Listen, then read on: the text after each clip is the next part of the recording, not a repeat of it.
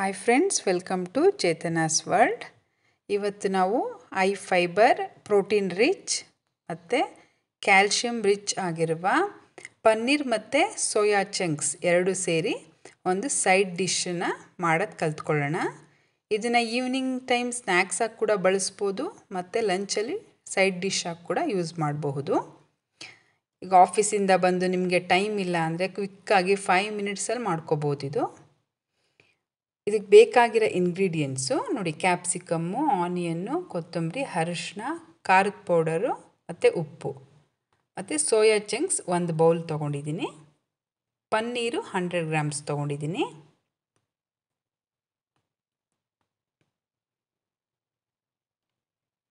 ನೋಡಿ, ಹಸಿರು ಮೆಣಸಿನ್ಕಾಯಿ, ಶುಂಠಿ, ಬೆಳ್ಳುಳ್ಳಿ ತೊಗೊಂಡಿದ್ದೀನಿ. ಮೆಣಸಿನ್ಕಾಯಿ 4 ತೊಗೊಂಡಿದ್ದೀನಿ. ಇದನ್ನು ಗ್ರೈಂಡ್ ಮಾಡ್ಕೋಬೇಕು, ರುಬ್ಕೋಬೇಕು. ಸೋಯಾ ಚಂಕ್ಸ್ನ ಬಿಸಿ ನೀರಲ್ಲಿ ಹಾಕ್ಬಿಟ್ಟು 5 ಮಿನಿಟ್ಸ್ ಬಿಟ್ಟರೆ ಸಾಕು. ಬಿಟ್ಬಿಟ್ಟು ತೆಗಿಬೇಕದು, ಸ್ಕ್ವೀಸ್ ಮಾಡಿ ತೆಗೆದ್ಬಿಡ್ಬೇಕು ಬಿಸಿ ನೀರಿಂದ.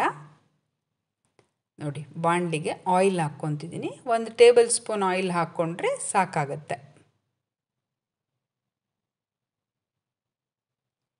ಅದಕ್ಕೆ ಜೀರಿಗೆ ಹಾಕಬೇಕು.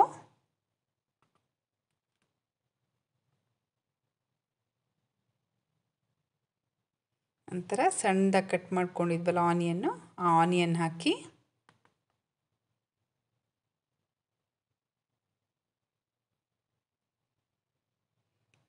ಫ್ರೈ ಮಾಡಿ.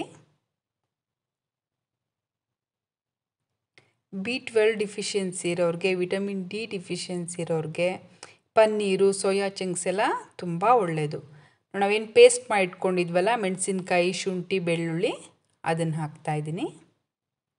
ಅದನ್ನು ಹಾಕಿ ನೋಡಿ, ನಂತರ ಅರಿಶಿನ ಹಾಕ್ತಾಯಿದ್ದೀನಿ.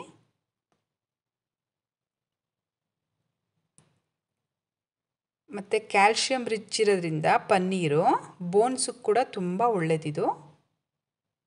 ಕ್ಯಾಪ್ಸಿಕಮ್ ಹಾಕ್ತಾಯಿದ್ದೀನಿ. ಬೇಗ ಆಗೋಗುತ್ತೆ, 5 ಮಿನಿಟ್ಸ್ ಸಾಕು. ಉಪ್ಪು ಹಾಕ್ತಾಯಿದ್ದೀನಿ. ನಾವು ಸೋಯಾ ಚಂಕ್ಸ್ ನೋಡಿ, ಖಾರದ ಪೌಡರ್ ಹಾಕ್ತಾಯಿದ್ದೀವಿ. ಸೋಯಾ ಚಂಕ್ಸ್ ಏನು ನಾವು ಸ್ಕ್ವೀಸ್ ಮಾಡಿ ಇಟ್ಕೊಂಡಿದ್ವಲ್ಲ, ನೆಕ್ಸ್ಟ್ ಈಗ ಅದನ್ನು ಹಾಕಬೇಕು. ನೋಡಿ, 2 ನಿಮಿಷ ಫ್ರೈ ಆಗಬೇಕಿದು. 2 ಮಿನಿಟ್ಸ್ ಹಿಂಗಾದರೆ ಸಾಕು. ನೆಕ್ಸ್ಟು ಸೋಯಾ ಚಂಕ್ಸ್, ಇದರಲ್ಲಿ ಸ್ಮಾಲ್ ಕೂಡ ಬರುತ್ತೆ ಸೋಯಾ ಚಂಕ್ಸಲ್ಲಿ, ಅದನ್ನು ಕೂಡ ಉಪಯೋಗಿಸ್ಬೋದು. ನಾನಿಲ್ಲಿ ದೊಡ್ಡ ಸೈಜ್ ತೊಗೊಂಡಿದ್ದೀನಿ, ದಪ್ಪ ಇರೋದು. ನೋಡಿ, 1 ನಿಮಿಷ ಫ್ರೈ ಆದಮೇಲೆ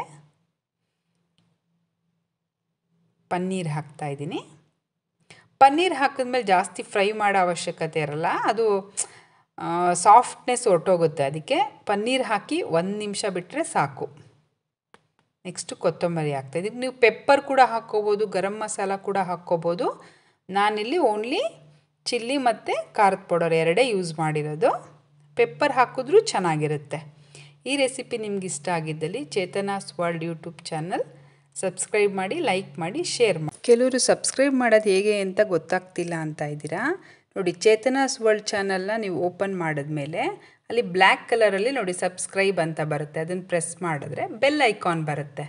ನೆಕ್ಸ್ಟ್ ಅದನ್ನು ಪ್ರೆಸ್ ಮಾಡಿದ್ರೆ ಆಲ್ ಅಂತ ಬರುತ್ತೆ. ಅದನ್ನು ಪ್ರೆಸ್ ಮಾಡಿದ್ರೆ ನಾನು ಅಪ್ಲೋಡ್ ಮಾಡೋ ಹೊಸ ವೀಡಿಯೋಗಳ ನೋಟಿಫಿಕೇಷನ್ ನಿಮಗೆ ತಲುಪುತ್ತೆ. Thank you.